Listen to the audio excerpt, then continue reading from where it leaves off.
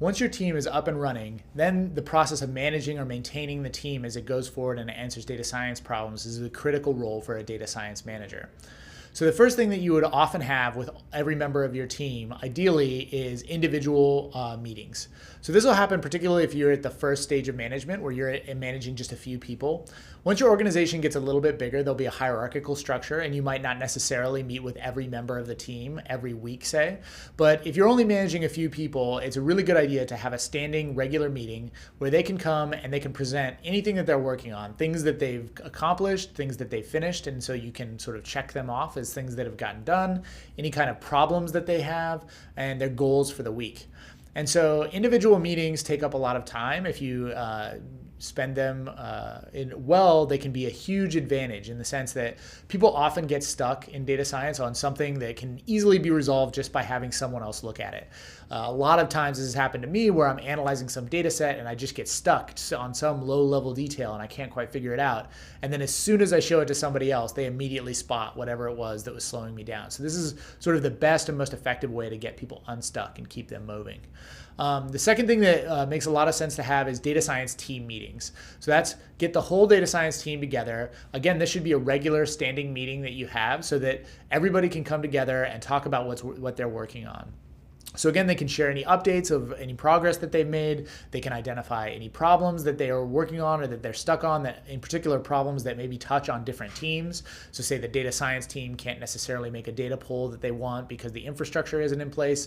That's a good time to communicate with the data engineering team. And then what are their goals? What's the steps that they want to take?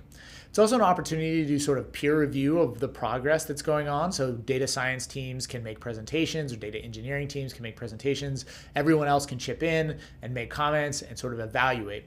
So the key here is that you need to set it up in such a way that people are empowered or able to make criticism if they need to. They can make critical comments about other people's stuff without being rude or mean.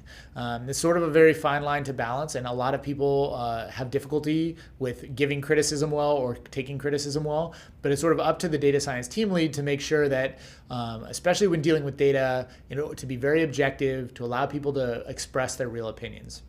It's also an opportunity for you to set team priorities and motivate people. So data science can very often become a slog. It's very hard to get all the details right when you're doing an analysis or set up an infrastructure just right.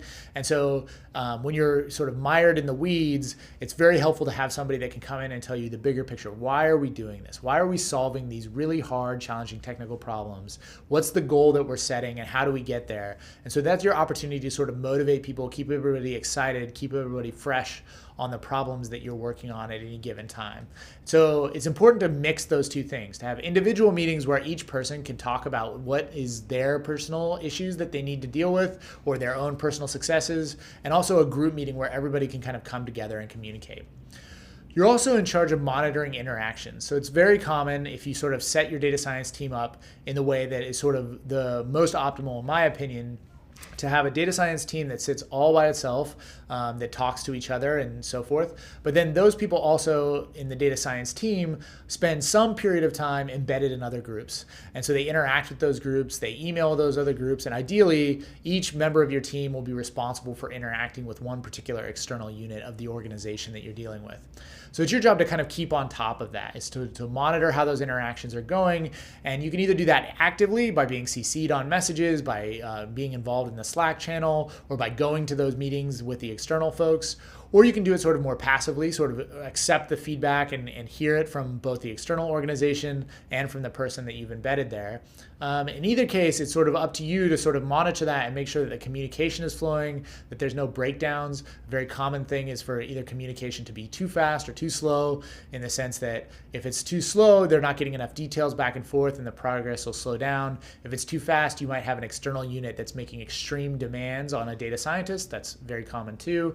And so knowing how to sort of modulate those sort of requests and take some of the heat for the data scientist or data engineer that's getting those requests is something that's up to the data manager.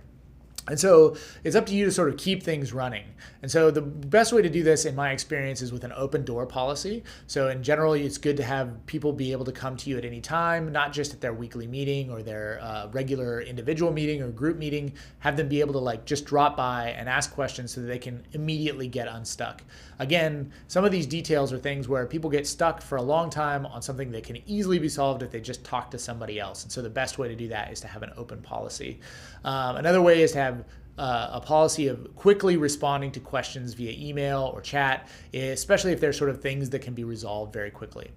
You also want to be able to like minimize the number of formal meetings that people have. I mean, there needs to be a regular meeting so you can check on progress, but you don't want to introduce a large number of meetings. Data science and data engineering require large amounts of uninterrupted, concentrated effort. And so introducing too many meetings into the lives of these people means that they'll really slow down their work. And so one way to do that is by allowing quick communication that doesn't have to resolve into a formalized meeting. It's also important to manage the growth of the organization, and that's growth in a couple of different ways. Obviously, it's growth in terms of the number of people and how they're going to be managed in terms of how they can communicate with each other and so forth. But it's also good to manage the growth of individual people. Make sure that there's opportunities for them to learn new tools, whether that's through giving them access to courses online or otherwise, whether it's through presentations in the group meeting where people present new ideas or new tools that they've learned about so other people can take advantage of them, whether it's introductions to new interactions. So sometimes you'll be in meetings that aren't necessarily the meetings that your data science team is going to, but you might identify an external group or a person that really would make a good connection with your data science team. It's your job as the data science manager to facilitate that interaction. And then a really critical component of being a data science manager and building a good data science team is identifying opportunities for advancement for your people. And so anytime that there's an opportunity for your people to either get promoted or to take on new responsibilities that will look really good for them on their resume, it's up to the data science manager to sort of be on the lookout for those opportunities, whether it's through new interactions, whether it's through learning about new tools, or whether it's just ways in which they can promote themselves both inside the organization and externally at conferences or at meetups or anything like that where they can actually make more connections in their field.